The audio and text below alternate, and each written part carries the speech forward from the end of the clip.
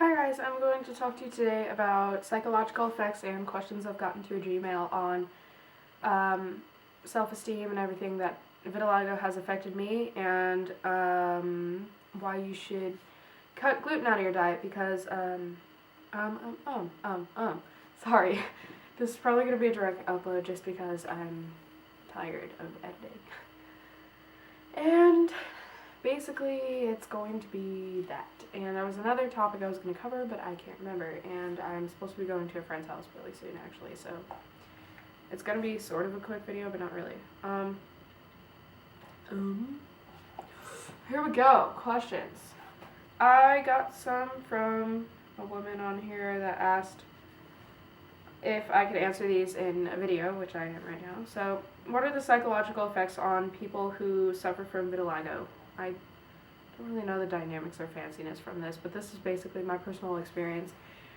Most people that have vitiligo and that have had vitiligo never forget about it, and they are never, like, it's always in their mind. They will never get over it because it can always come back, and it will if you don't stay healthy and figure everything out and get everything fixed the first time. So everyone's affected by it, and it usually they never get over it mentally. How does vitiligo affect the self-esteem or self-confidence of people who suffer from it? That is what she meant, but not what she typed. So, going back to that again, when I had vitiligo, obviously in summer of 2010, when it was really bad, when you guys saw pictures of that, I found more actually, so I'll post more.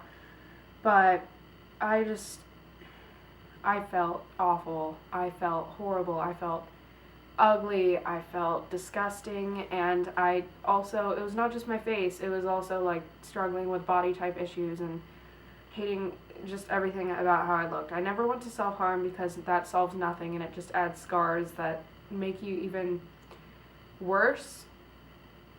But I was really unhappy, and I would just sit in the front of the mirror for about 20 minutes just looking at my face and crying over how I couldn't get rid of it and how horrible it was and how I couldn't get over it. And it's not fun because people say things about it and they notice and you notice, and it's painful because you don't know how to help it. It's painful because you don't know if it's going to go away. And you'll see me post more videos about how I felt and go into more detail about that and talk about different things like that. So, how did you get your self-esteem back and your confidence? Mostly wintertime, I'm feeling a lot better about myself because I'd rather have pale skin and like look the way I do now than have a whole bunch of spots on my face. And basically, like, it sounds weird, but when people, like, you need someone to tell you that.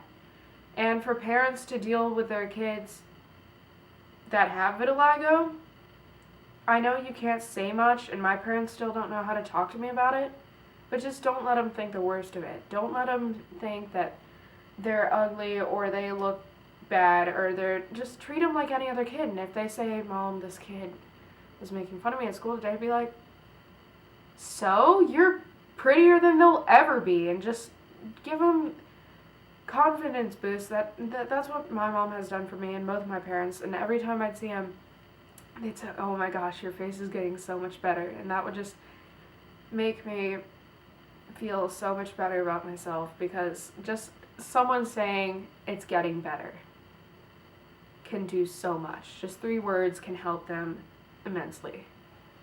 How did I cope with that? I basically talked about that. Not in a good way, but you just kind of have to live with it and understand it's going to happen, and you're doing your best you can. Did I go to any support groups? If yes, what did the support groups help, or how did they do?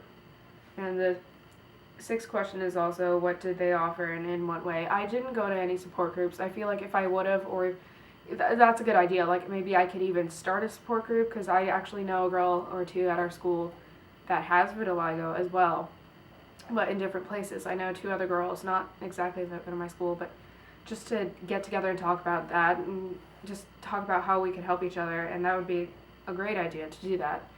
So thank you for that idea. But no, I didn't go to any groups, and I didn't even want to talk to anyone else about my vitiligo. I never wanted to talk to anyone about it. When people would ask what it is, I'm just like, it's a skin condition. I always ask my mom, what do I say to them when they ask? She'll be like, tell them it's a non-contagious disease you have on your skin. And I'm like, I have to introduce myself by saying I have a disease that is not contagious.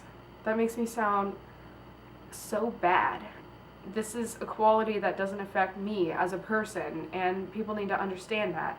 It is something physical, and they just need to get over it. If I learn to live with it now, then they should be able to. Sure, I get down and upset about it and hate everything about it, but that's because they make me feel that way.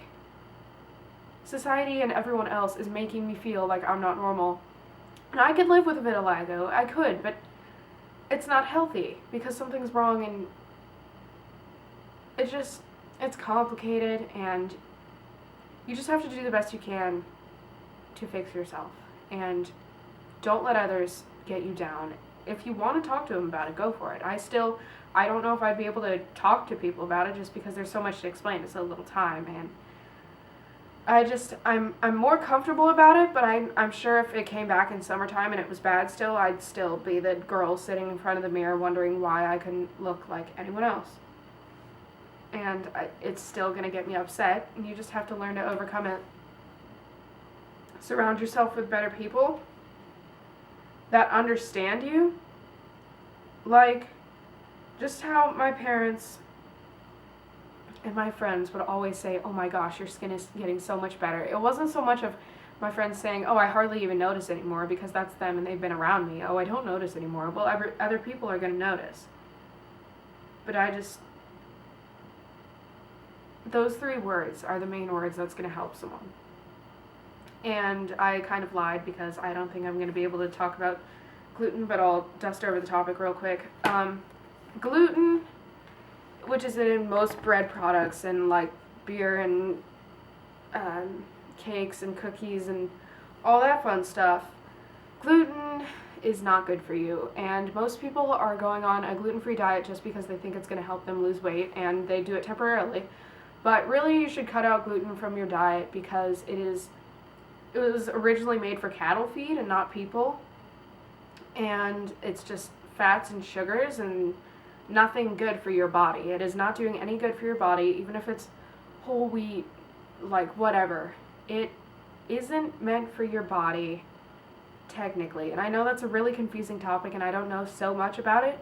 So I'm going to, in my next video, talk about gluten and educate myself more so I know more about it and I can talk to you more.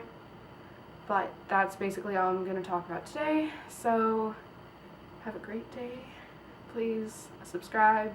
Email me if you have any questions at asklemon@gmail.com. And I hope this video helped you realize who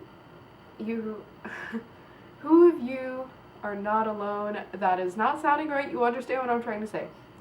But just anyone can email me for anything. I will try to respond as best as possible. I check my email about every weekend or every other weekend.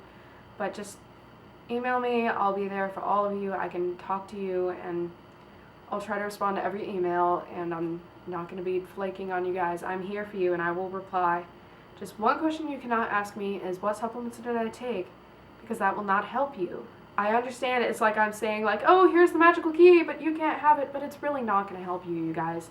That's like me saying I have a cold and I need Pepto-Bismol for my stomach. Like, they don't match, and you need to find something that matches for you.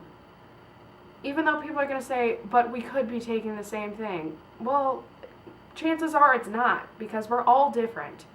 So stop asking me that, please. I can't answer that question because I've taken so much stuff and for so many reasons. Not all just vitiligo. So email me. You all know the drill. So I just knocked a leaf off a tree thing because there's plants surrounding me. Yeah, so that's that. I'm pretty sure I've been out of focus this whole entire time. I'm so sorry. Yeah, I have. My bad. email me, do whatever you want. Just contact me. I hope this helped you, and have a good day.